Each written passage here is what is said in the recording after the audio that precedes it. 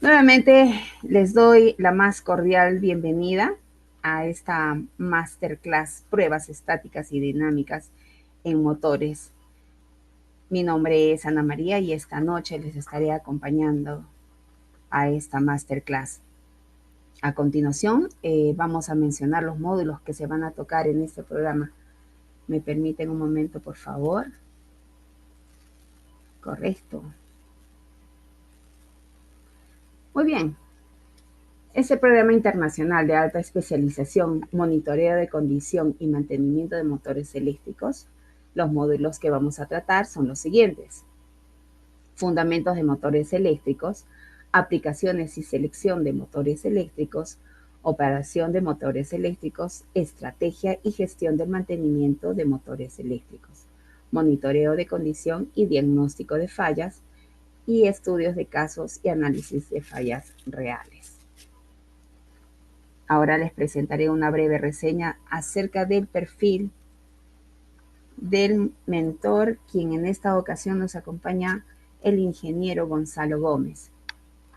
Bueno, el ingeniero González, ingeniero electricista e integrante del Observatorio de Energía y Sustentabilidad de la Universidad Tecnológica Nacional y Facultad Regional Rosario de Argentina, con más de 16 años de trayectoria profesional, experiencia en dirección y supervisión, rebobinado y mantenimiento motores y generadores eléctricos. Es también especialista en diagnóstico de aislamiento de máquinas eléctricas, especialista en diseño de dimensionamiento y comportamiento de máquinas eléctricas, consultor sobre dimensionamiento, montaje y prácticas de mantenimiento de máquinas eléctricas, docente titular e investigador en cátedras máquinas eléctricas, docente en cátedra teoría de campos electromagnéticos y jefe de laboratorio de máquinas eléctricas en la Universidad Tecnológica Nacional, Facultad Regional Rosario de Argentina. Actualmente es gerente general de Fabrifor, empresa argentina dedicada a brindar servicios electromecánicos a la industria de rebobinado y mantenimiento. Sin más preámbulos, le cedo el pase al ingeniero Gonzalo Gómez. El ingeniero está ansioso de comenzar ya. Bienvenido, Efecti- ingeniero.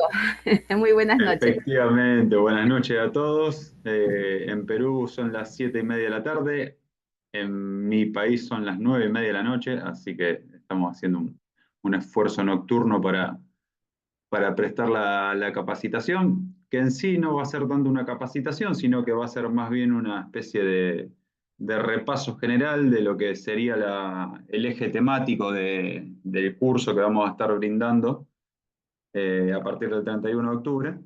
Así que lo que vamos a hacer hoy es esencialmente hacer un repaso bastante sintético, teniendo en cuenta las limitaciones de tiempo.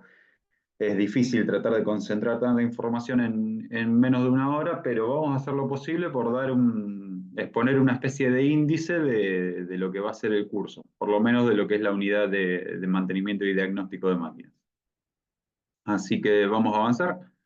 Una breve presentación. Ana ya me introdujo bastante bien. Soy gerente y titular de Fabrifor, que es una empresa de ingeniería de la ciudad de Rosario, Santa Fe, Argentina, dedicada a lo que es servicios de mantenimiento preventivo, correctivo y predictivo de máquinas rotantes. Soy docente de la Universidad Tecnológica Nacional. Dentro de ese marco también, en lo que es Fabrifor, somos asistentes técnicos de BEC para lo que es reparación de máquinas eléctricas y trabajamos en conjunto con Megar, tanto en lo que es la consultoría de lo que sería la línea B, que ahora trabajamos bastante en conjunto también con bastantes seminarios, contenido didáctico y demás, y somos Value Added Partners en Argentina de Power Diagnostics, que es la división de descargas parciales de Megar, especialmente enfocado en lo que es máquinas rotantes. Y bueno, dentro de este marco prestamos servicios a todo lo que es la industria oleaginosa, siderúrgica, minera, cementera de Argentina. Hay algunos ejemplos de nuestra cartera de clientes.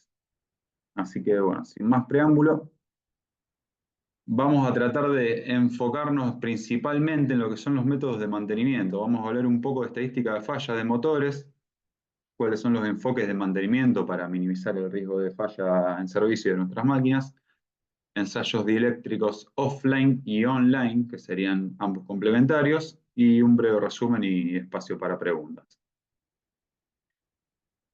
Pasando ya a lo que es el seminario, lo que es la charla. Nosotros generalmente en la industria contamos con dos fronteras bien marcadas de lo que son clasificación de motores eléctricos, que generalmente se suelen basar en potencia porque empiezan a cambiar un poco las filosofías constructivas, métodos de refrigeración, niveles de tensión y demás, que es hasta 2 megavatios y a partir de 2 megavatios. La gran mayoría de los motores en la industria son de menos de 2 megavatios, pero en industria, digamos, bastante electrointensiva, por ejemplo, en lo que es la industria minera, tenemos máquinas más grandes que suelen representar un activo muy sensible debido a que generalmente no cuentan con disponibilidad de repuestos, son cuellos de botella en los procesos productivos y demás.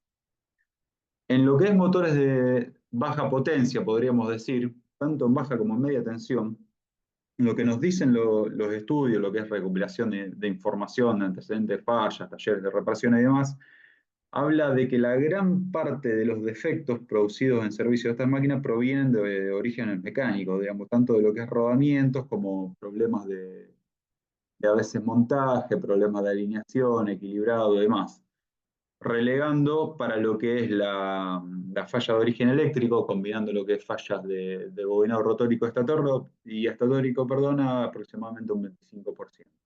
Y después clasifican fuentes externas como pueden ser transitorios, problemas de calidad de energía y demás.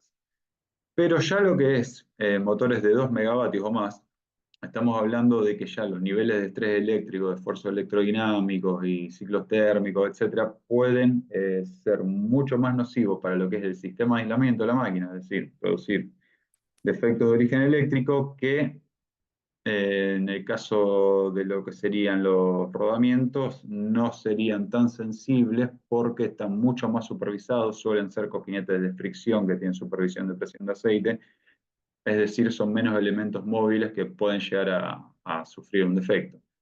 Entonces, lo que tendríamos en definitiva es que para motores hasta 2 megavatios es más probable tener una falla de origen mecánico que de origen eléctrico, y para motores superiores a 2 megavatios mucho más probable lo opuesto, tener falla de origen eléctrico que de origen mecánico.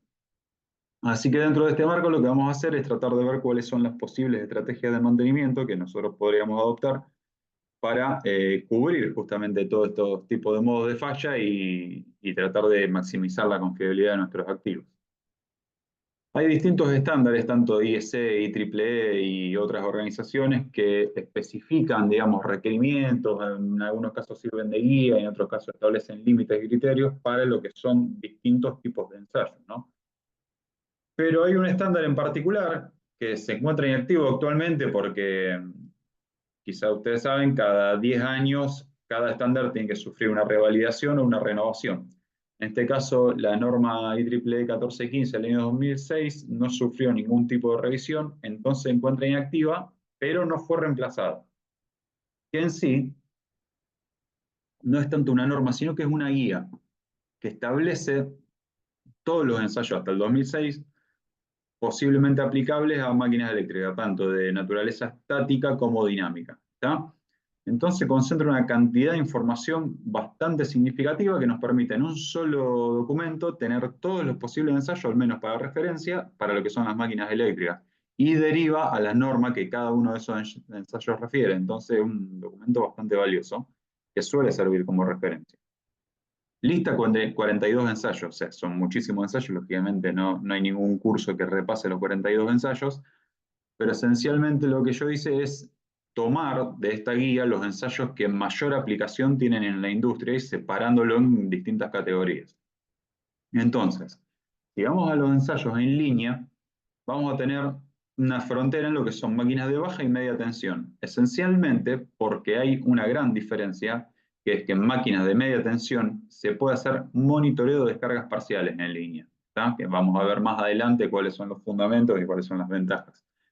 Pero para lo que es parámetros de funcionamiento dinámico, podemos hacer el mismo principio de ensayo en ambos tipos de máquinas, de lo que es temperatura, de lo que es análisis de vibraciones, y lo que es análisis de firma de corriente y sus distintas derivaciones y calidad de energía. ¿Está?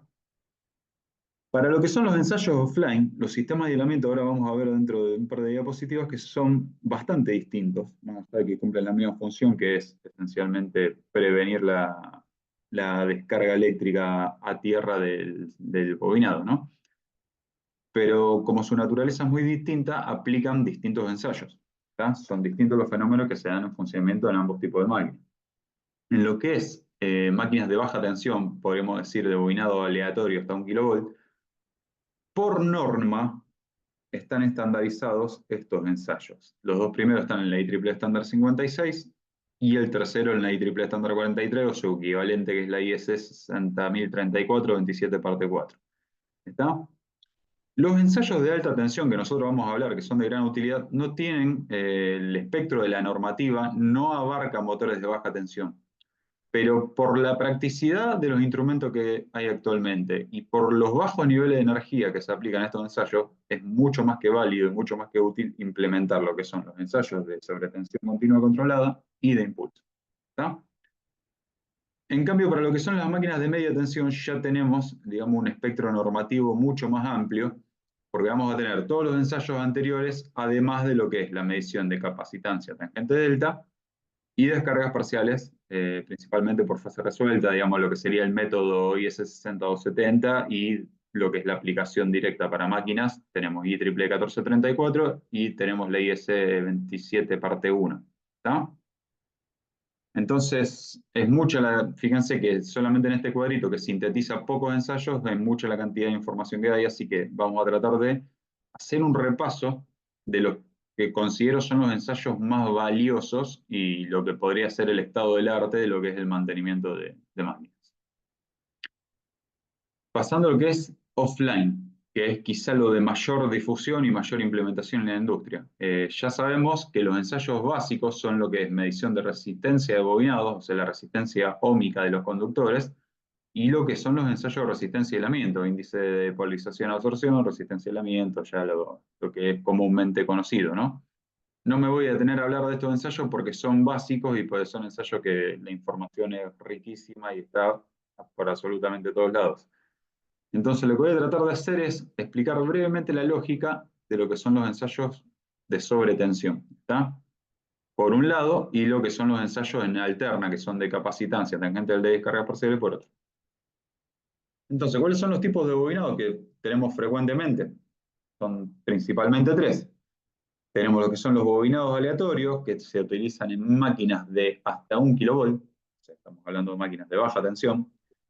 ¿Qué características tienen estos bobinados? Se construyen con secciones de alambre redondo, la bobina se construye fuera del circuito magnético, puede tajarse también, pero lo más común es que en grandes máquinas se construya por fuera, y se instala manualmente, generalmente por medio de dos operarios, dentro de las ranuras del estator. La particularidad de este método constructivo es que al insertar las ranuras, fíjense que lo que es la entrada de la ranura es mucho más pequeña que el ancho medio de la ranura dentro del circuito magnético, lo que provoca esto que yo no pueda tener un control de la secuencia de espiras de las bobinas que estoy insertando en la ranura. Entonces, si tengo una bobina que tiene, por ejemplo, 5 espiras, no tengo ninguna garantía de que la espira 1 esté en continuo con la espira 2 y la 2 con la 3 y así sucesivamente, sino que lo que puedo llegar a tener es que la espira 1 y 5 estén en contacto. Lo que me está diciendo eso es que la caída de tensión en la bobina puede llegar a verse reflejado entre dos espiras que estén en contacto, lo cual somete al sistema de aislamiento a un estrés eléctrico adicional. Por eso es que se limita este tipo de método constructivo para máquinas de baja tensión. Para máquinas de niveles de tensión superiores y potencias importantes, tenemos lo que son los bobinados preformados, que tienen distintas particularidades constructivas, pero principalmente tenemos que también la bobina se fabrica completamente por fuera, inclusive en algunos casos lo que sería el equivalente a la impregnación, las bobinas resin rich, y se construyen de tal manera que se respetan las espiras en secuencia 1, 2, 3, 4, 5, como habíamos visto antes. Entonces garantizamos que si a la bobina le caen, por decir un número, 100 voltios, y tiene 10 espiras, haya 10 voltios de caída de tensión entre cada espira, lo cual reduce el nivel de estrés eléctrico entre espiras del bobinado. ¿Está? Y cuando estamos hablando de grandes máquinas, generalmente centrales de generación, potencia 50 megavatios o superiores, se vuelve muy complicado poder manipular una bobina preformada como la que veríamos acá en la imagen central. Entonces, lo que se hace es construir una bobina completa con dos medias bobinas. Es decir, cada barra, cada bobina es un solo lado activo en lugar de dos. Y se sueldan lógicamente en las puntas, por lo cual yo tendría al final del día una bobina de una sola espira y gran sección. ¿Tá? Este método se llama método de barra Robel y es un método bastante, vamos a decir, sofisticado en cuanto a la construcción de estas barras porque requieren transposición, requieren otros criterios que en los casos anteriores no se aplican. Y generalmente no aplican a motores, así que nosotros nos vamos a concentrar principalmente en los dos primeros métodos. ¿Tá? Me voy a hacer un poco de foco en bobinados preformados porque tienen un nivel de complejidad superior respecto a los aleatorios. Nosotros vamos a tener un aislamiento entre espiras, que generalmente viene dado por una capa de esmalte, que pueden ser polisterimidas aromáticas. Generalmente vienen envueltos en algún tipo de papel, que puede ir de poliéster a Kapton, para reforzar lo que es el sistema de aislamiento entre espiras y otorgar una clase térmica superior. ¿Está? Para lo que es el sistema de aislamiento principal, que estaríamos en esta zona, tenemos ya una envoltura con cinta, que suele ser un compuesto de mica epoxi, que en función del nivel de tensión de la máquina y del estrés eléctrico que nosotros queremos aplicar a nuestro sistema de aislamiento, va a tener un espesor determinado, o sea, se van a dar distintas capas de cinta, en las cuales, digamos, hay que tener mucho cuidado al construirla para no generar vacío, tensiones y etcétera, ¿no? Tenemos luego, de lo que es el sistema de aislamiento principal, esta parte oscura que vemos acá, que es el recubrimiento semiconductor. ¿Que para qué se utiliza? Este recubrimiento semiconductor va a estar en perfecto contacto con lo que es el sistema de aislamiento principal. ¿Está? Entonces, lo que vamos a lograr es que este recubrimiento semiconductor, al ser, vale la redundancia, semiconductor, tener resistencia del orden de los kiloohms, va a permitir que al ponerlo en contacto con el núcleo ferromagnético no haya grandes caídas de potencial en potenciales oclusiones de aire que puedan existir entre la barra de la bobina y el núcleo ferromagnético, lo cual minimiza la probabilidad de ocurrencia de descargas parciales. Y luego tenemos lo que es la etapa de control de campo. ¿Está? Este segmento que vemos aquí tiene una resistencia superficial inclusive menor que lo que es el recubrimiento semiconductor y sirve para atenuar lo que son los efectos de puntas en las terminaciones entre el recubrimiento semiconductor y la cabeza de bobinado. Esencialmente para lo que sirve es para atenuar el campo eléctrico que se pueda inducir en lo que es la salida de la ranura y eliminarla, o mitigar, mejor dicho, la probabilidad de ocurrencia de descargas parciales dentro de ese segmento del bobinado. Entonces, lógicamente, son muchos más componentes, un bobinado mucho más sensible que en el caso de los bobinados de baja tensión, pues está sometido a niveles de estrés eléctrico superiores. Así que bueno, vamos a ver cuáles son los posibles ensayos que se pueden hacer tanto en baja como en media tensión y vamos a hacer por ahí un breve repaso de algunos casos de estudio para que se vea la aplicación de cada uno.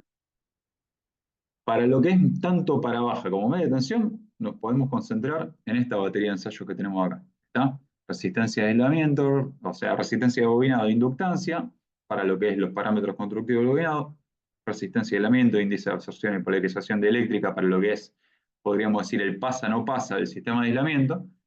Y para evaluar a niveles de tensiones superiores tenemos los ensayos de step voltage, o salto de tensión continua, y el ensayo de impulso, que es el único ensayo que existe a la fecha capaz de detectar debilidad de aislamiento entre espiras de un bobinado multiespiras. ¿Está?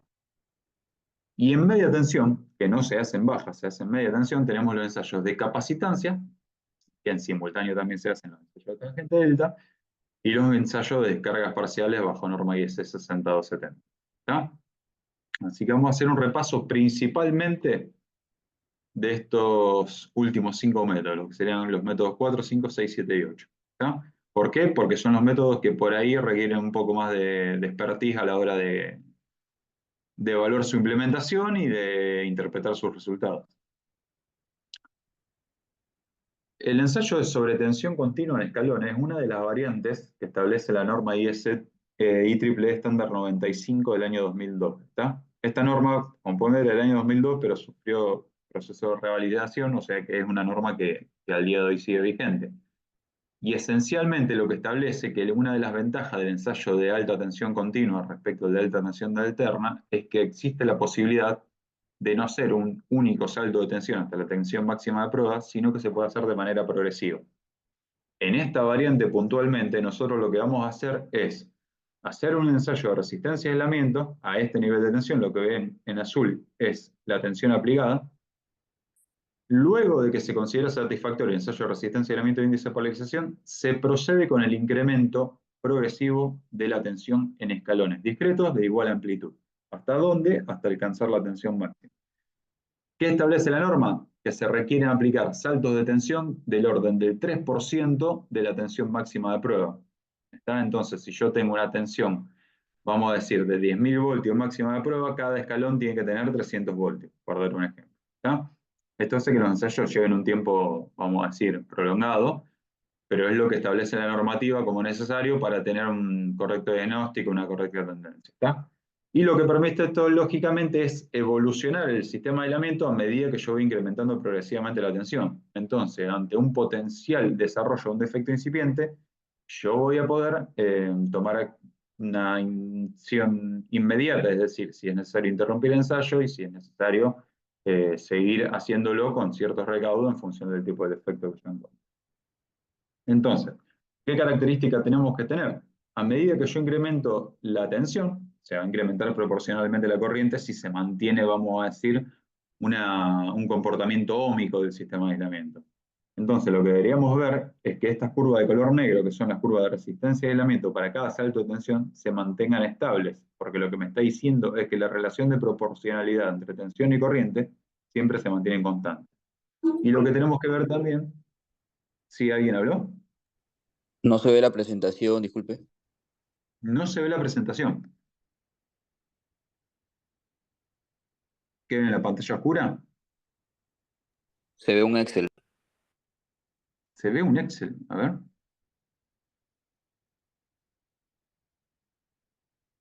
Dame un segundito que interrumpo la presentación y la vuelvo a presentar.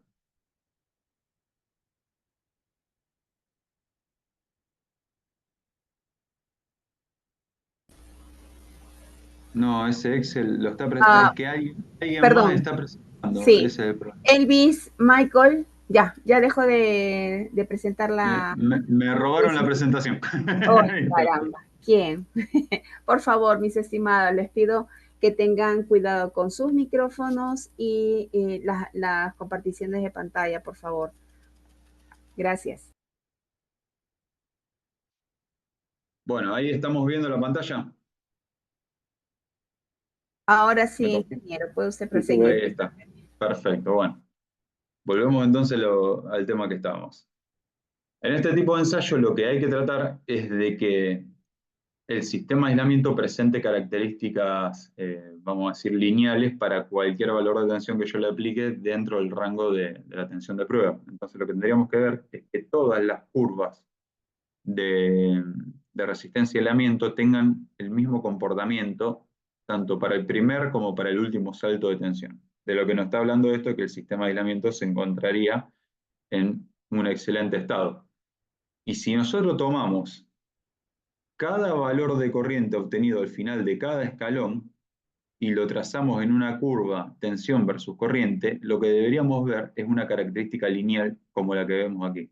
¿Está? Que eso habla, vale la redundancia, de la linealidad del comportamiento de nuestro sistema de aislamiento. Ahora vamos a ver que hay casos donde pueden presentarse divergencias, que es donde nosotros empezamos a diagnosticar defectos. ¿Está? Y algo que no dije es que la norma establece que la tensión a aplicar es aproximadamente 1,25 por 1,7 por la tensión de línea, como mínimo, y como máximo tendríamos 1,5 por 1,7 por la tensión de línea. ¿Está? Si quisiéramos hacer una regla, ya es mnemotécnica a esta altura, es 2 veces la tensión nominal más 1000 voltios, nos va a dar un valor entre medio de estos dos. ¿Está? De esa manera nosotros vamos a definir la tensión de ensayo.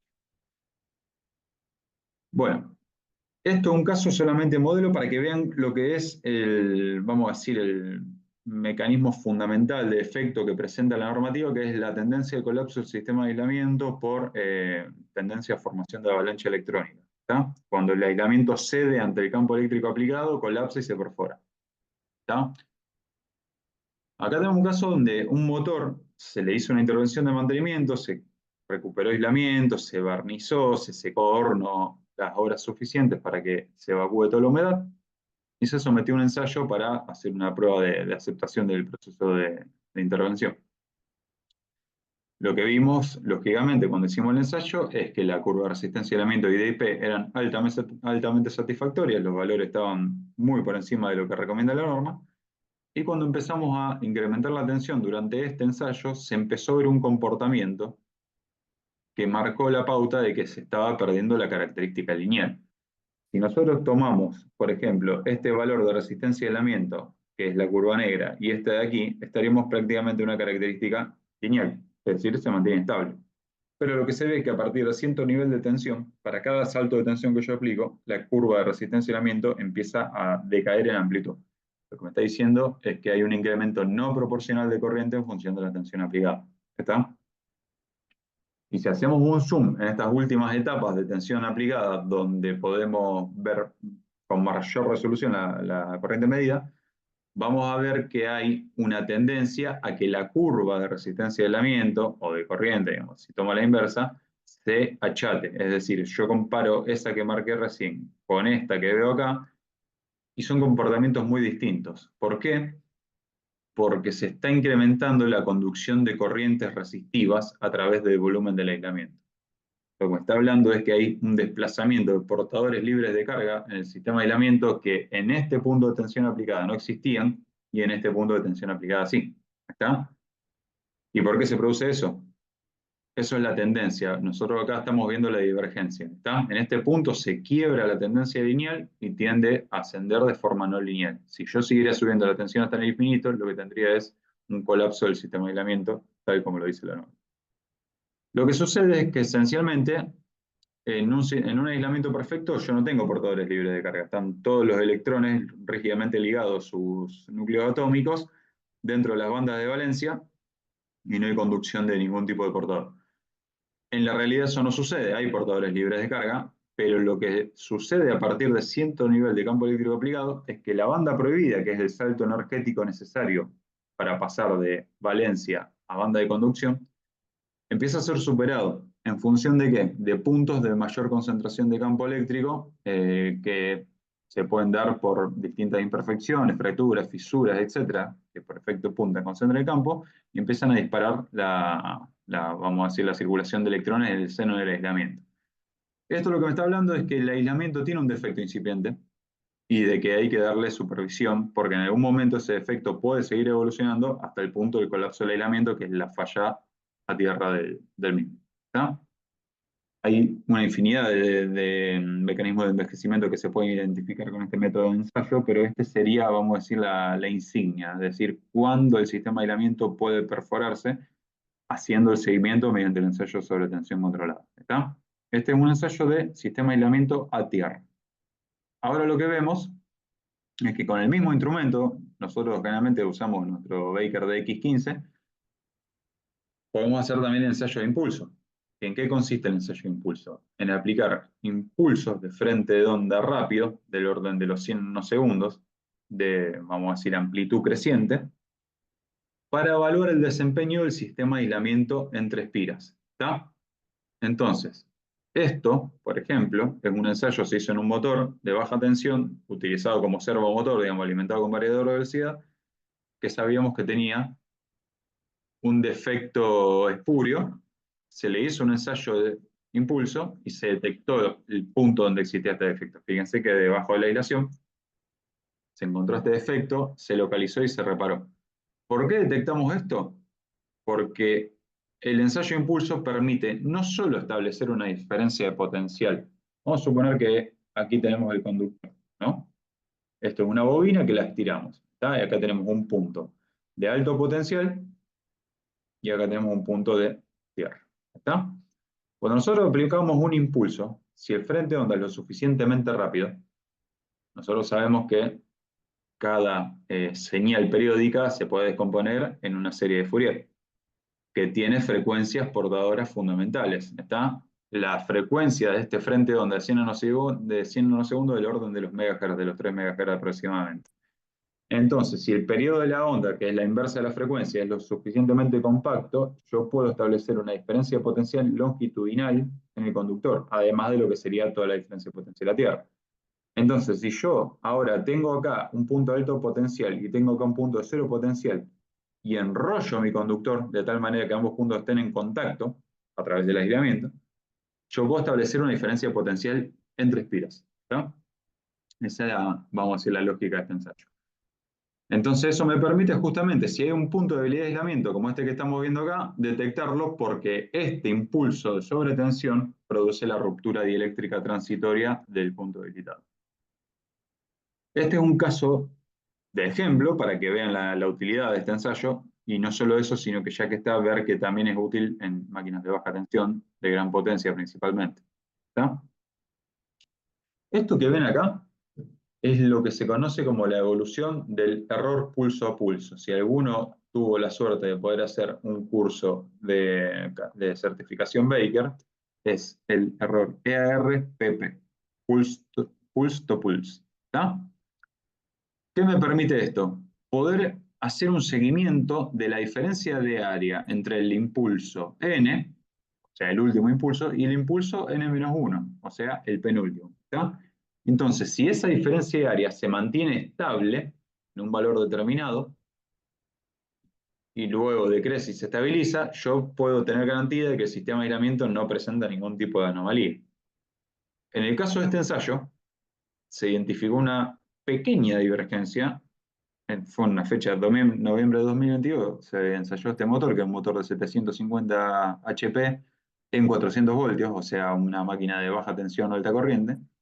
Detectamos vamos a decir, un indicio, un defecto incipiente, una descarga no total, sino podríamos decir espuria de campo eléctrico de corriente entre espiras. ¿Está?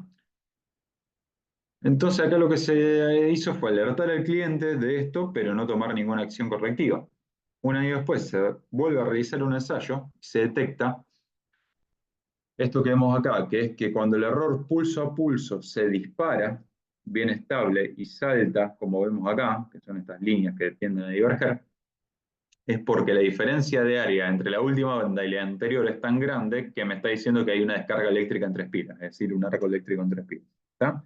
Y se pierde la proporcionalidad de esas formas de onda que se vienen construyendo, son esencialmente estas que vemos acá, ¿no? Esta senoidal amortiguada. Cuando se produce un arco eléctrico entre espiras, esta onda tiende a colapsar porque aumenta la frecuencia de la onda al disminuir la inductancia, o sea, la frecuencia es 1 sobre 2pi por raíz de 1 sobre LC. ¿Está? Entonces, al suceder esto, lo que sucede es que se dispara esta diferencia de errores que estamos viendo acá. Cuando desarmamos la máquina, porque al ver esto la máquina se sacó de servicio al tiempo, lo que vimos, esto que ven acá, es los niveles de tensión a los cuales se produjo el disparo de los errores pulso a pulso, o sea, dentro del espectro de 2 veces la tensión nominal más 1000 voltios, lo que vimos es que el sistema de aislamiento presentaba múltiples puntos de debilidad donde quedaba expuesto el conductor desnudo de cobre. ¿Está? Esto que vemos acá es consecuencia de ciclos térmicos, de fatiga térmica por dilatación y contracción periódica de todo el volumen del bobinado, y en algunos puntos tenemos más velocidad de contracción que en otros, por lo cual se producen estos defectos que vemos acá, que son esencialmente fracturas, que exponen los conductores aquí dentro. Si se mira detenidamente se pueden ver los conductores de cobre expuestos, y acá tenemos un caso mucho más evidente donde la fractura, esto que vemos acá, es literalmente cobre desnudo, ¿no? Entonces, dos espiras contiguas que producen esas descargas que detectamos anteriormente solamente están aisladas por aire, ¿está? Si a 1300 voltios se produce la perforación de eléctrica entre un año y otro, es muy probable que la tendencia hubiera seguido hasta en algún momento producir un cortocircuito. ¿Está? En una máquina de 750 HP, estamos hablando de 550 kilovatios, la potencia de cortocircuito disponible en el punto de conexión es extremadamente elevada, lo cual implicaría que una falla, eventualmente, produciría un daño irreversible a la máquina y debería ser descartada. En cambio, en este caso, con un rebobinado, ya es más que suficiente por una fracción del dinero lo que vale una máquina nueva y evitando, lógicamente, que lo más caro, el lucro cesante durante el proceso productivo. Como complemento de estos ensayos, y son ensayos que son justamente complementarios, no son uno reemplazable por el otro, sino que dan distinto tipo de información, tenemos lo que son los ensayos de alterna, ¿tá? Que son los ensayos de capacitancia tangente de delta, se pueden hacer también en simultáneo potencia de pérdidas, y lo que es descargas parciales, ¿tá? Estos ensayos, lógicamente, aplican un nivel de estrés eléctrico distinto, de distinta naturaleza, porque lógicamente estamos ensayando en tensión alterna. En los casos anteriores estamos en distintas variantes de tensión continua. Entonces la distribución de campo eléctrico en el sistema de aislamiento es distinta y los tipos de efectos que se pueden detectar son distintos, ¿tá? Entonces por eso son ensayos complementarios. Lo que vamos a hacer acá es hablar un poco de los lineamientos generales de todos estos tipos de ensayos para justamente tener una noción de para qué sirve cada uno y cuáles son algunos de los límites o criterios recomendados. ¿Está? Los ensayos de sobretensión continua generalmente permiten detectar contaminación, envejecimiento térmico acelerado, fracturas y fisuras siempre y cuando tengan algún tipo de contaminación, daños mecánicos si los hubiere. Y el ensayo alterna permite detectar, además de eso, lo que son huecos y delaminación, ¿tá? Que es esencialmente la presencia de oclusiones de aire o de gas dentro del seno del aislamiento. Esto es posible debido a que el campo eléctrico alterno permite que la distribución del mismo dentro del espesor del aislamiento sea regida por las capacitancias, ¿tá? En cambio, en los ensayos de continua, esto se da por las resistencias, que no son susceptibles de ser alteradas cuando tengo pequeñas oclusiones de aire dentro del seno del aislamiento, ¿tá? Entonces, por eso son ensayos que se complementan uno con el otro. Lo que nos permite esto es esencialmente detectar problemas que se producen desde dentro hacia afuera del sistema de aislamiento en muchos casos, y además detectar lo que es holguras de bobinas, anomalías en recubrimientos semiconductores y otro tipo de efectos, ¿tá?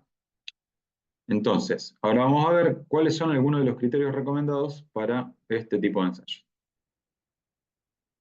El ensayo de tangente delta es mucho más conocido también en transformadores. Es un ensayo que es elemental, digamos, es un ABC del diagnóstico eléctrico, porque esencialmente lo que nos está dando es un cociente entre la pérdida dieléctrica de nuestro sistema de aislamiento y la capacitancia del mismo, ¿tá? Un aislante perfecto tendría una tangente delta igual a cero, o sea, no tendría pérdidas dieléctricas, pero como sabemos que en la vida nada es perfecto, vamos a tener una componente de pérdidas dieléctricas, ¿tá? Estas pérdidas, lógicamente, vienen dadas por la naturaleza del aislamiento y por el estado del mismo en cuanto a contaminación, envejecimiento y demás. Entonces, el ensayo de factor de disipación o tangente delta es una medida de las pérdidas eléctricas en nuestro sistema de aislamiento, ¿tá? Como bien dijimos, es la relación entre la corriente resistiva y capacitiva de un sistema de aislamiento y se utiliza en líneas generales para evaluar la condición del sistema de aislamiento frente a deterioros físicos severos, contaminación, humedad y también descargas parciales. Ya no nos va a dar un valor de descargas parciales, pero ahora vamos a ver que nos puede llegar a indirectamente dar la pauta de que hay descargas parciales en nuestro sistema de aislamiento. ¿Qué particularidad tiene este ensayo? Que es útil como herramienta de saber dónde estamos parados, pero no como herramienta de diagnóstico precisa, que es un ensayo global. Es decir, nosotros no vamos a tener un valor de descargas parciales que nos diga, en esta zona del sistema de aislamiento tenés un defecto. Lo que nos va a decir es, el valor global del sistema de aislamiento es este, en función de ese valor, de ese límite que nosotros establezcamos, vamos a poder avanzar con otro tipo de diagnóstico para detectar el origen de un eventual desvío. Pero el ensayo de tangente delta no es un ensayo que nos permita localizar defectos, sino darnos un panorama completo global del sistema de aislamiento. ¿Está? Lógicamente estamos hablando de la variante offline. Hay algunos desarrollos para hacer ensayos de tangente delta online, pero son ensayos que tienen bastante poca viabilidad en cuanto a implementación práctica al momento. Esencialmente lo que necesitamos para hacer cualquier ensayo de alta tensión en la alterna es una fuente de alta tensión, que es la que veríamos acá en esta zona de nuestra imagen. Tiene que ser una fuente de alta tensión regulable, es decir, yo podría tener que subir la tensión tanto en rampa como en saltos discretos y poder mantener la tensión en esos saltos discretos durante cierto tiempo determinado. Vamos a tener nuestro sistema de adquisición y vamos a tener lógicamente nuestro objeto bajo prueba. En este caso se representa una bobina. El ensayo de tangente delta suele ser muy útil para lo que es el control de calidad en fabricación de bobinas, pero lógicamente también sirve como ensayo de mantenimiento de campo para lo que son estatores completos. ¿Está? Entonces, esencialmente lo que se hace es aplicar potencial al conductor de nuestro bobinado y conectar nuestro retorno, nuestro cable de tierra, a lo que sería el circuito de medición de tierra. En este caso está representado por una simulación de una ranura, se envuelve en papel aluminio toda la ranura, y se ponen los electrodos de guarda para lo que son los ensayos de barras en los recubrimientos semiconductores, que al ser semiconductores, luego de cierto nivel de estrés eléctrico, suelen permitir la circulación de corrientes resistivas e incrementar el valor de tangente delta, pero no es un valor representativo porque es una componente del bobinado el que está causando eso y no un defecto. ¿Tá? Entonces, al poner el electrodo de guarda, lo que se hace es sacar del circuito de medición vamos a decir, estas componentes de corriente que no quiero medir, que no me sirven a fines de diagnóstico. ¿Tá? Entonces, fuente de alta tensión regulable, unidad de adquisición y objeto bajo prueba. Esos son los tres elementos fundamentales de cualquier circuito de ensayo. Esto que yo voy a presentar acá es una recomendación técnica de SIGRE. ¿Tá? Son resultados obtenidos de encuestas de usuarios, tanto dueños como organizaciones de ensayo, o sea, una compañía como podría ser Fabrifor o cualquier otra que se dedique a realizar estudios eléctricos, y fabricantes.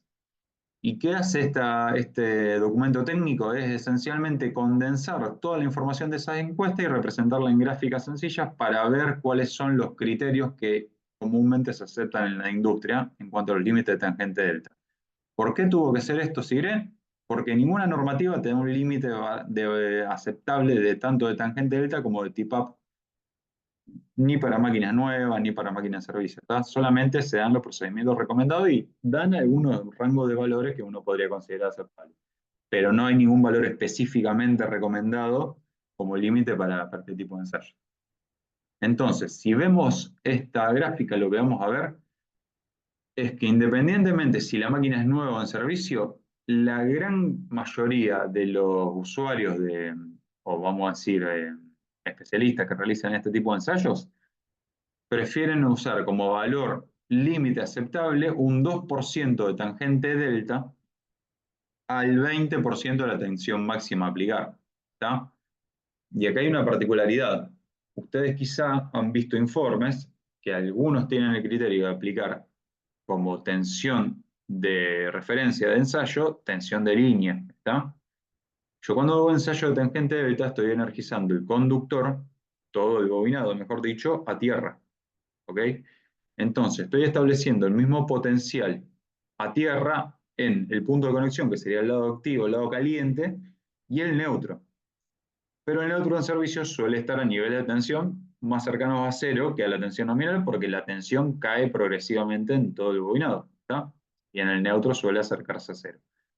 Entonces, cuando nosotros hacemos un ensayo offline, estamos estresando, o sea, por encima de los niveles de operación normal, el sistema de aislamiento de nuestro bobinado en los puntos más cercanos al neutro.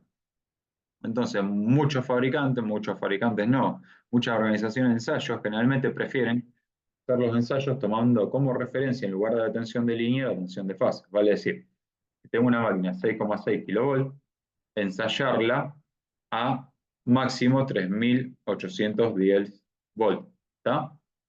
Que es la tensión fase tierra. Pero lo que llamativamente menciona Sigre en su Technical Brochure 918 es que el 58% de los especialistas prefieren aplicar la tensión de línea a tierra. ¿Tá? Son criterios. Va a depender de cada uno y de cómo se ponga de acuerdo el especialista con el dueño del equipo.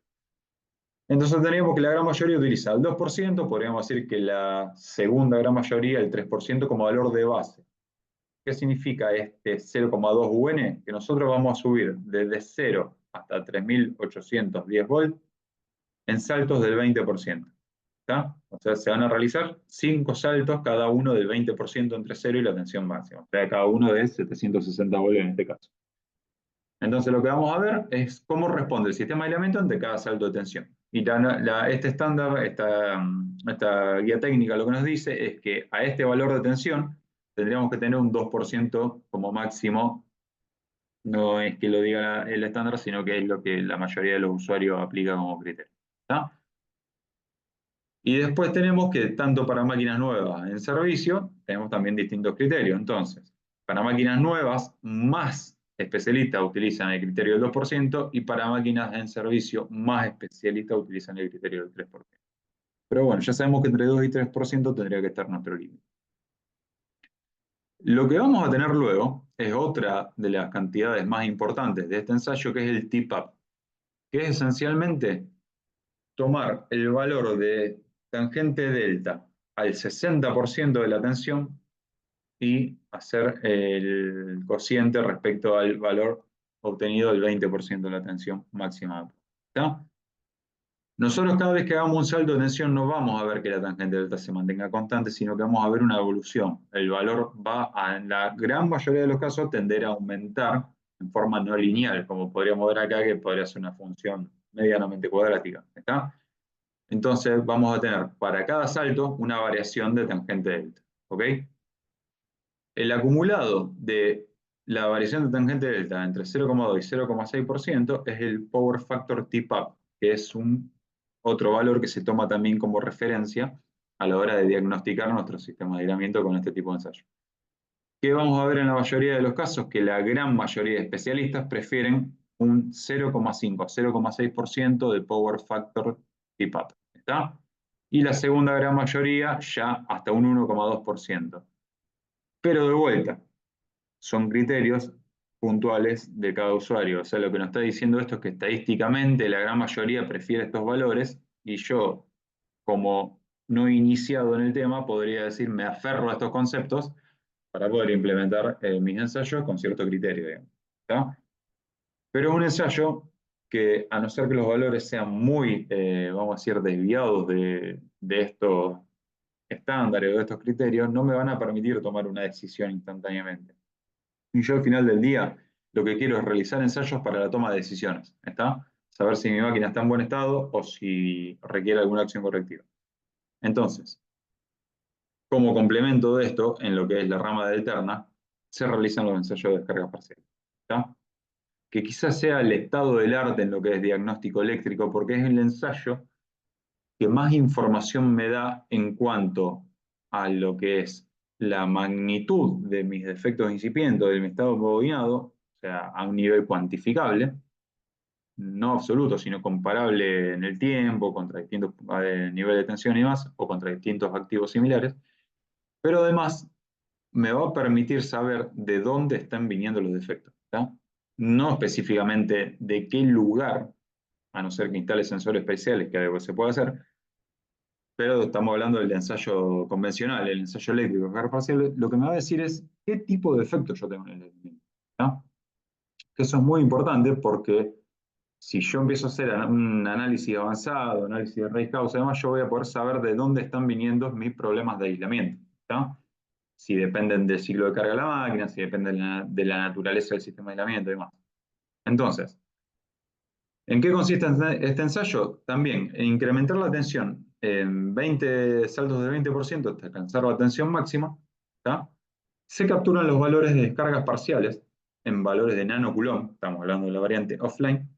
Vamos a ver la tasa de repetición y magnitud según la polaridad, es decir, ¿qué sería la polaridad? Si para el semiciclo positivo de tensión yo tengo más actividad de descarga parciales que para el semiciclo negativo, yo tengo defectos de una naturaleza. Si tengo lo inverso, son de otra naturaleza y se puede interpretar de esa forma.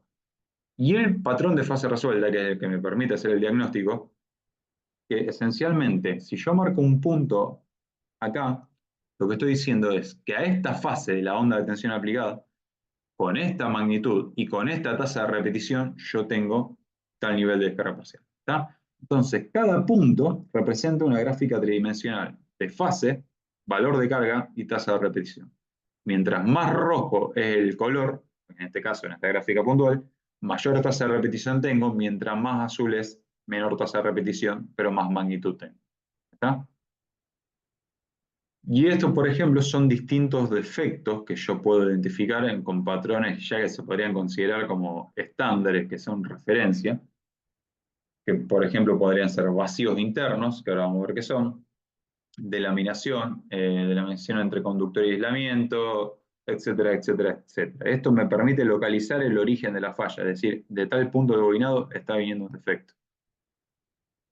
Entonces, esto es lo que son, vamos a decir, oclusiones, vacíos de laminación en sus formas más comunes, que es esencialmente el sistema de aislamiento principal que se construye con cintas multicapa. Acá estaría presentando distintos espacios donde se almacena gas o se almacena aire, que son fuentes de descargas parciales. ¿Está? Acá tenemos lo que son descargas en salida de ranura, por defecto justamente lo que le comentaba antes, en la capa, en el recubrimiento semiconductor.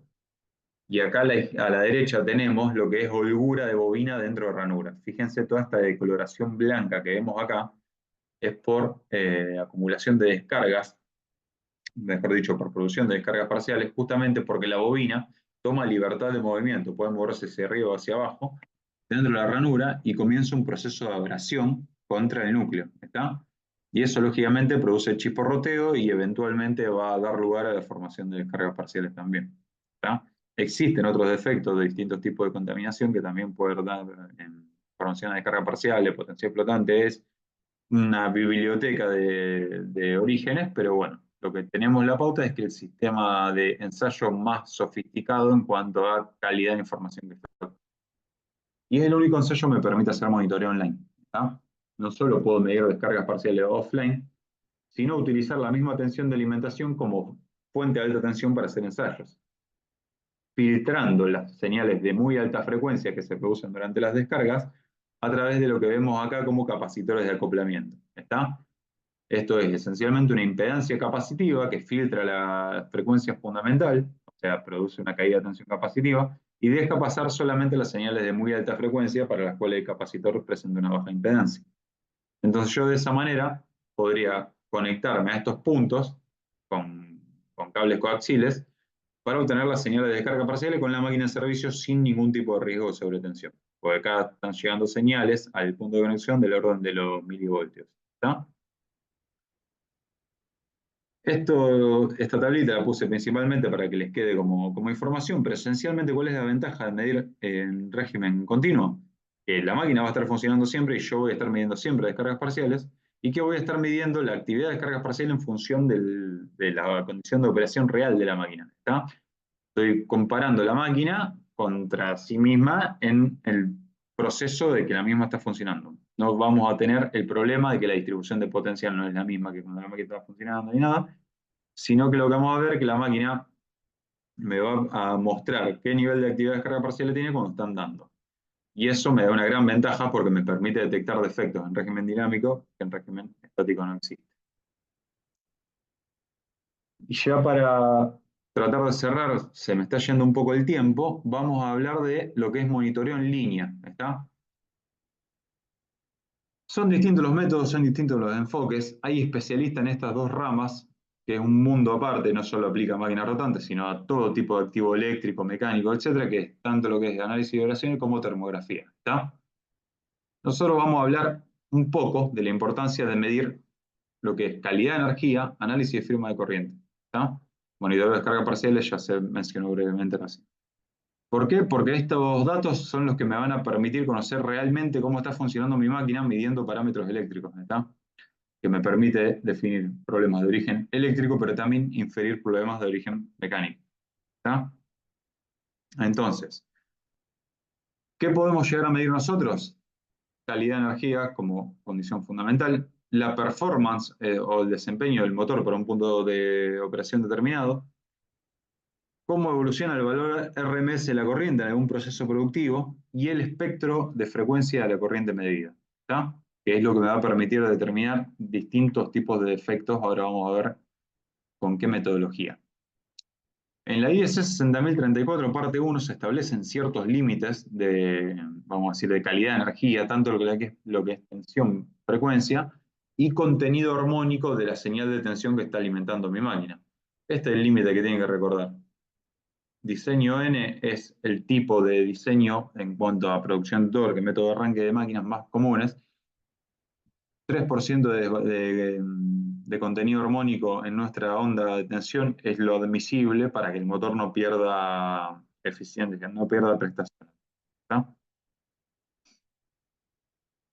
Lo que es desbalance de tensión es mucho más crítico porque me representa un gran foco de pérdida de energía y lógicamente, de desempeño de la máquina. Porque va a introducir componentes de secuencia inversa que me van a perturbar tanto la señal de torque como de velocidad de la máquina y además introducir desbalance de corrientes muy elevados.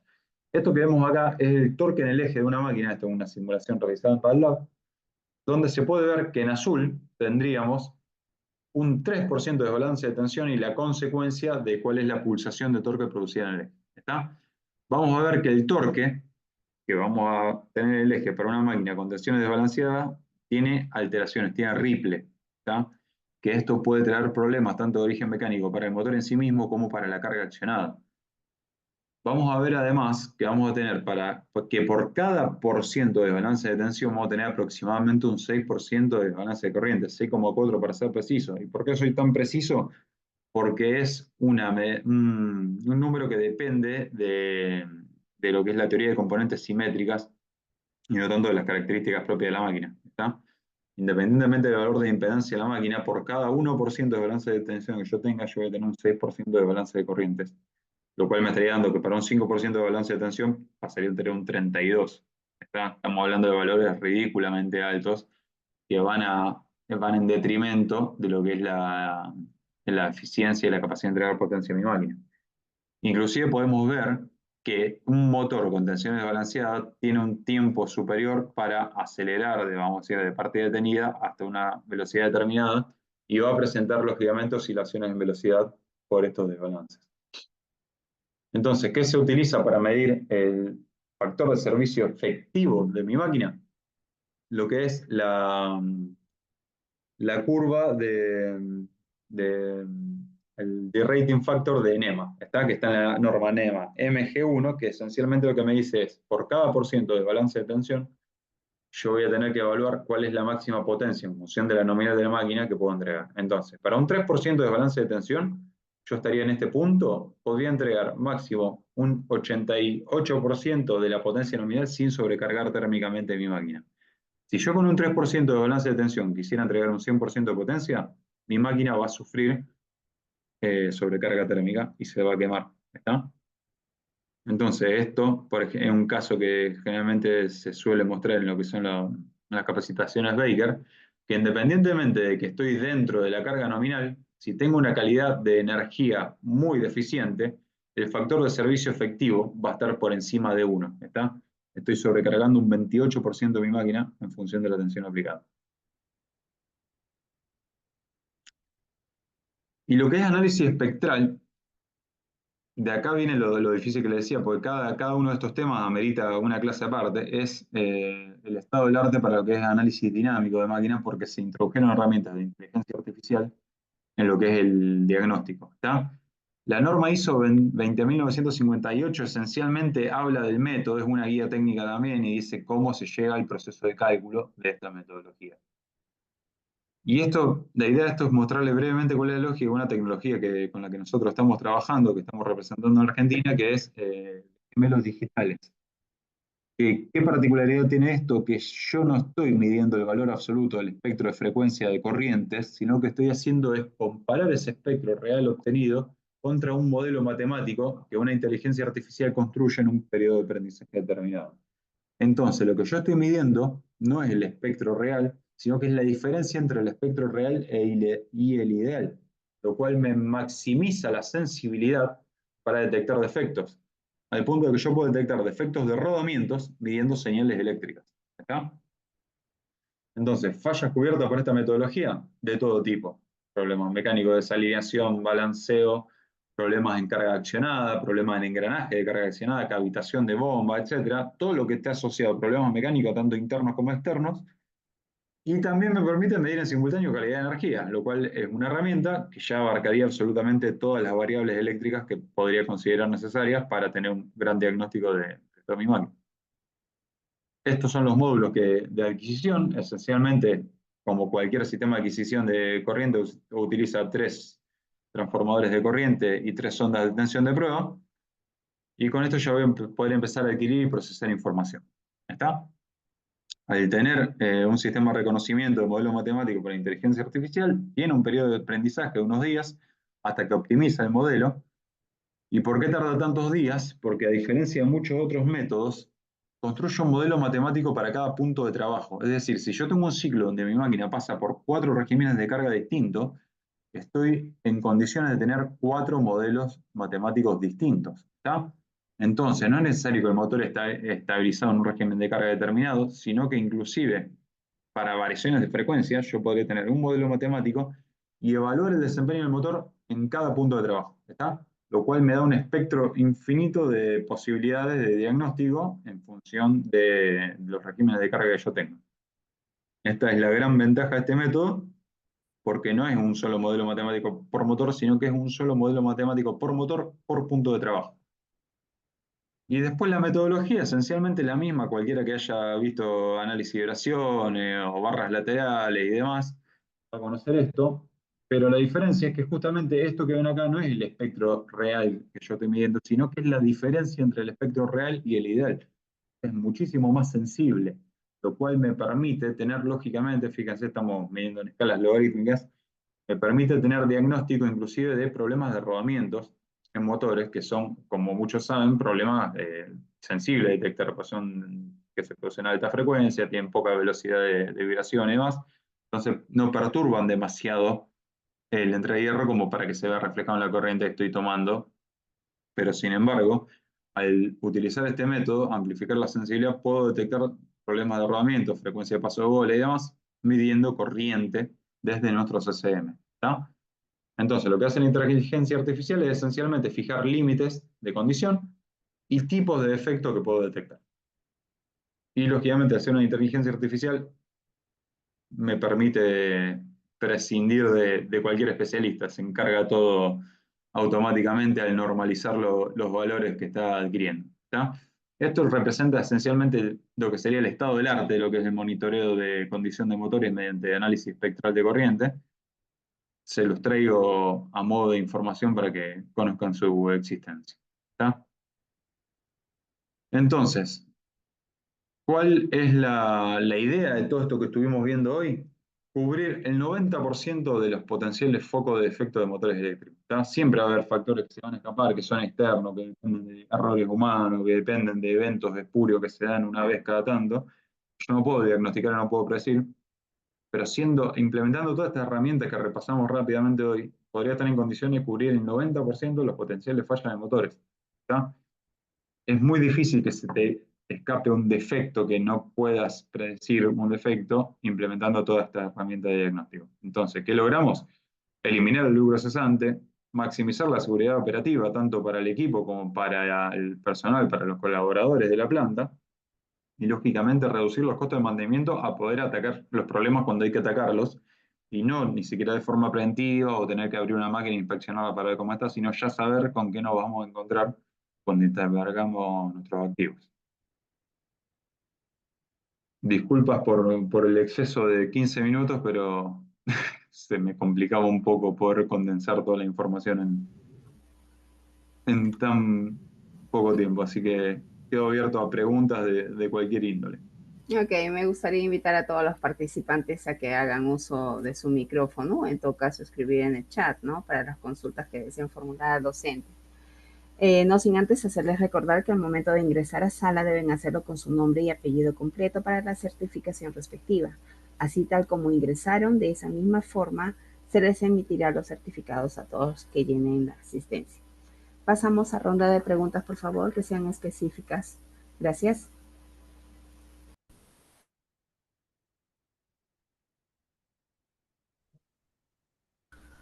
Josué Arotoman nos consulta, ¿cuál era la tecnología exactamente? La nueva tecnología entiendo que se está refiriendo a lo último que estuvimos viendo. Es esencialmente utilizar la base de análisis espectral de corrientes, ¿tá? De corrientes y tensiones, por eso en este caso de análisis espectral de potencias, y combinarlo con lo que es la tecnología de gemelos digitales. Entonces, lo que vamos a hacer nosotros, voy a volver a la diapositiva para que lo puedas ver más representativamente, es tomar lo mejor del análisis espectral de potencia, combinarlo con lo que es gemelos digitales para obtener un modelo matemático ideal de la máquina, ¿está? Es decir, nuestra máquina en este punto de trabajo se comportaría en estas condiciones idealmente. Comparar eso contra lo que es la señal real, ¿está? Es decir, nuestra máquina realmente se está comportando de esta manera. Al hacer la diferencia entre ambas señales, yo no voy a estar midiendo el valor absoluto de lo que es la composición espectral de la señal, sino que voy a estar midiendo la diferencia entre lo real y lo ideal. Es decir, esa diferencia es lo que yo me estoy desviando del comportamiento ideal, ¿está? Si combino eso con inteligencia artificial, voy a tener una herramienta de diagnóstico extremadamente poderosa que me va a permitir diagnosticar problemas de naturaleza eléctrica y mecánica midiendo desde el CCM. ¿En qué caso es muy útil esto? Cuando tengo, por ejemplo, una bomba de pozo profundo, una bomba de toma de río, que son elementos muy delicados y que son inaccesibles generalmente para realizar diagnóstico a pie de máquina. Entonces con esto yo estoy desde el CCM haciendo todos los diagnósticos dinámicos posibles, asistido por inteligencia artificial. Buenas noches. Buenas noches. Buenas noches, Buenas ingeniero. ¿Qué noches. tal? Ah, Jairo, adelante, sí, ¿qué Jairo. tal? ¿Qué tal, ingeniero? Buenas noches. Es una consulta. Nosotros en la planta donde trabajo tenemos motores de 13,8 kilovolt Sí, y hace unos días, bueno, en un taller que le está haciendo mantenimiento a uno de nuestros motores, eh, le fueron a hacer pruebas HiPod escalonadas sí. en continua con un equipo que es el Power Pack 30 de Ujú. Mega, creo que es, o bueno, en su tiempo era de SKF, creo, Sí, ¿no? Sí, sí, sí, sí, sí. bueno, tuve como un inconveniente, ¿no? Con la prueba que realizaron las personas que fueron a hacer, bueno, la prueba HiPod, que me comentaron que su equipo tenía que realizar la prueba HiPod no continuamente desde la prueba de IP. Yo tengo entendido, teóricamente, la prueba HiPod desescalonada tiene que ser continua a la prueba IP, ya que la prueba HiPod escalonada lo que quiere medir es la corriente de fuga al final de cada escalón. Entonces, Exactamente. se tiene que tener seguro que el devanado está polarizado para evitar esas otras componentes de la corriente total, ¿cierto? Entonces, Exactamente. entonces yo tuve como una discrepancia, ¿no? Le dije, no puedes hacer la prueba de esa manera. Me dijo, pero el equipo no tiene la opción de hacerlo de corrido. El Power Pack. ¿Sabrá usted si hoy en día sí se puede o sigue teniendo ese inconveniente el PP30? Entiendo que no lo tiene el inconveniente. Deberías hablarlo puntualmente para este caso particular con lo que es la asistencia técnica de Baker, pero lo que hace el Power Pack esencialmente es incrementar la capacidad del equipo de X. Es decir, si se puede hacer con el DX, se puede hacer con el Power Pack, porque básicamente lo que hace el Power Pack es agregar capacidad, nada más. No introduce, vamos a decir, nuevas funcionalidades. Lo que hace es decir, como tanta energía disponible en un DX, la multiplico por tanto orden de magnitud con un Power Pack y elevo la tensión un tanto.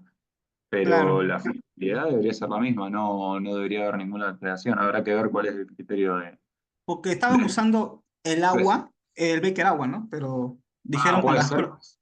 Ah, Puede ser que si es un modelo muy viejo del agua, puede ser que exista algún limitante. ok. Habría que analizarlo en función del modelo de equipo, pero el Power Pack per se no introduce ninguna limitación, solamente amplifica la capacidad del equipo. Ok, ingeniero, listo, gracias. Por nada. Ingeniero, No sé si tenemos otra consulta de Francisco Ramírez. Bueno, le manda saludos. Dice, ¿alguna de estas pruebas son destructivas? Es decir, podemos tener un motor en buen estado sin dañarlo con alguna de estas pruebas? No hay ninguna, a ver, ¿cómo decirlo que se entienda? Es imposible, si se aplican los criterios correctos y los procedimientos correctos, dañar un equipo sano con una de estas pruebas de sobretensión o con cualquier prueba. ¿Está? Inclusive hablando de un ensayo HiPod de alterna de aceptación en fábrica. Lo destructivo de la prueba es si el equipo no está en condiciones y no pasa la prueba. ¿Está? En alterno, lógicamente, un HiPod en alterna es altamente destructivo porque la energía disipada en la falla depende, lógicamente, de la reactancia capacitiva, de la tensión aplicada y del tiempo de despeje de la falla. ¿Está? Entonces yo voy a tener una potencia disipada en tanto tiempo hasta que tú la proteges. En continua, por la naturaleza del ensayo, yo voy a estar acumulando energía que va a ser un medio de la capacitancia por la tensión aplicada al cuadrado. ¿Está?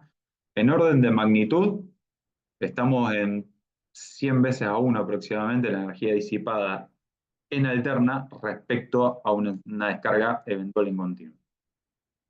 ¿Cuál es la ventaja de estos ensayos de continua? Que permiten hacer el ensayo de, vamos a decir, de HiPod en forma progresiva, tanto de HiPod como de impulso, ¿no? Y que las energías disipadas en el caso de una eventual descarga, es decir, la energía que almacena el sistema de aislamiento, es baja al punto de que si se produce una perforación dieléctrica, es muy difícil que se produzca una perforación permanente. Imposible no es. ¿Por qué? Porque va a depender del estado del sistema de aislamiento. Pero la perforación se va a producir en un punto donde existe un defecto ya. No es que vos estás provocando un defecto, sino que el defecto ya estaba ahí y si está lo suficientemente avanzado, lo que está haciendo es descargar la energía de un impulso de sobretensión. ¿Está? Si no te lo perforaba el ensayo, te lo iba a perforar un arranque de la máquina eventualmente en el corto tiempo. Entonces, un ensayo que si es destructivo, no es destructivo en sí mismo, sino que está haciendo es identificar un punto de debilidad de aislamiento que estaba a punto de producir una falla. ¿Está? Pero en la gran mayoría de los casos, vos podés detectar una falla y no necesariamente llegar a la instancia de descarga, porque el equipo interrumpe la prueba y porque vos como operario tenés que tener el criterio suficiente para interrumpir la prueba también.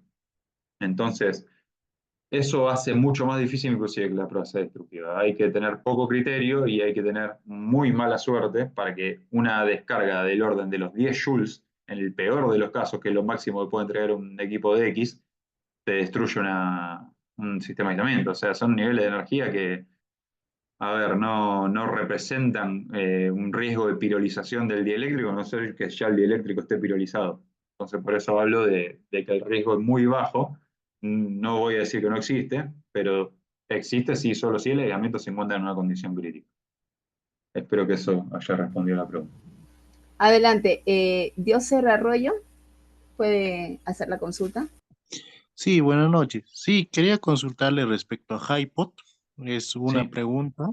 Yo estaba realizando pruebas con el ADX15 Meyer, con Ujú. Baker, ¿no? Ya, y en el tema de HiPod, eh, en la gráfica, lo que es respecto a la corriente, ¿no? Sí, La fuga, en gráfica me sale normal, ¿no? O sea, dibuja la misma secuencia, se eleva y baja, pero en la sí, linealidad digamos, está en el quinto paso, quinta rampa, y se grafica como un triángulo, ¿no? Se eleva la corriente y luego al siguiente paso baja y sigue la linealidad. En este sí. caso, ¿qué es lo que estaría sucediendo, no? Tendría que ver la gráfica, pero eso suele darse cuando hay alguna formación espuria de tracking superficial. Es decir, la teoría de bandas secas lo que dice es que, voy a tratar de hacer un dibujito acá. Vamos a suponer que tenemos una barra de un bobinado, un espaciador, un separador de fieltro y la barra de otro bobinado. ¿Se entiende esto, no? Son dos secciones de la barra de un bobinado preformado. Claro, Si se acumula contaminación, voy a tratar de cambiar de color a ver si se identifica. Si se acumula contaminación en la superficie, vamos a suponer que se acumula acá y acá. ¿Está? Entonces, ¿qué puede pasar? Que exista una especie de caída de potencial en este sector, digamos, porque voy a tener conducción de corrientes superficiales, voy a tener campos eléctricos tangenciales, y en este punto, si te fijas, no es, digamos, un accidente, sino que a propósito dibujé que la banda no está contaminada, está una banda seca. Si la caída de tensión en este sector es lo suficientemente elevada como para romper la rigidez eléctrica de esta banda seca, se va a producir un disparo de corriente. ¿Por qué? Porque de repente hay un cortocircuito superficial. ¿Está? Entonces vos tendrías eso, que venía la tendencia así, y de repente tenés un disparo y luego baja. ¿Hasta qué punto va a haber ese disparo de corriente? Hasta que se queme, vamos a decir, este espacio y se normalice la corriente nuevamente. Esto yo lo hice en escala macro, porque estamos hablando de quizá micrones, porque el equipo es muy sensible, mide el rango de los picoamperes. Pero es una de las causas más probables de este fenómeno que vos me mencionás. Es un fenómeno espurio por contaminación superficial, por pequeña formación de trekking superficial. Pero bueno, estaría bueno por ahí tener acceso al ensayo. A ver, dejo mi correo al final del coso para poder asesorarte mejor. Perfecto, ingeniero. Tenemos para una consulta más, ingeniero, así al azar. Sí, sí, cómo no. Ok. Bueno, bueno, Miguel Valdivia dice, ¿a partir de qué modelos de relé es más adecuado implementar algoritmos de inteligencia artificial para la detección de fallas? ¿Y qué factores se deben considerar al seleccionar el modelo de relé y el algoritmo de la IA? Acá no estamos hablando de relé esencialmente, lo que le mostramos es una tecnología, eso que vieron ahí era un adquisidor, digamos, una unidad de adquisición y procesamiento de información. Pero si vamos a reemplazar la palabra relé por motores, podría aplicarse para cualquier motor, tanto de baja como de media tensión, inclusive en generadores, máquinas asincrónicas y sincrónicas, rotor bobinado, rotor jaula ardilla, no hay limitación en ese caso. Correcto, ingeniero. Bueno, Raúl Ramírez me indica si vamos a subir esta masterclass a YouTube. Claro que sí. Acabo de enviar un link para que puedan visualizar esta y las diferentes masterclass que hemos dado ahora. ¿Me permite, señor Wilber Arismendi? Le Buenas cedo. noches con todos los participantes, ¿cómo están? Buenas noches. Quisiera antes, ingeniero, ¿cómo está? Muy buenas noches. Quisiera terminar con una consulta de Jair Bardales. Indica, buenas noches, consulta con respecto a la prueba de impulsos. Es cierto que hay equipos muy elevados económicamente, pero habrá otro equipo que pueda realizar esta prueba como un Megabras o megómetro. Usualmente usaba el motor Analyzer 2.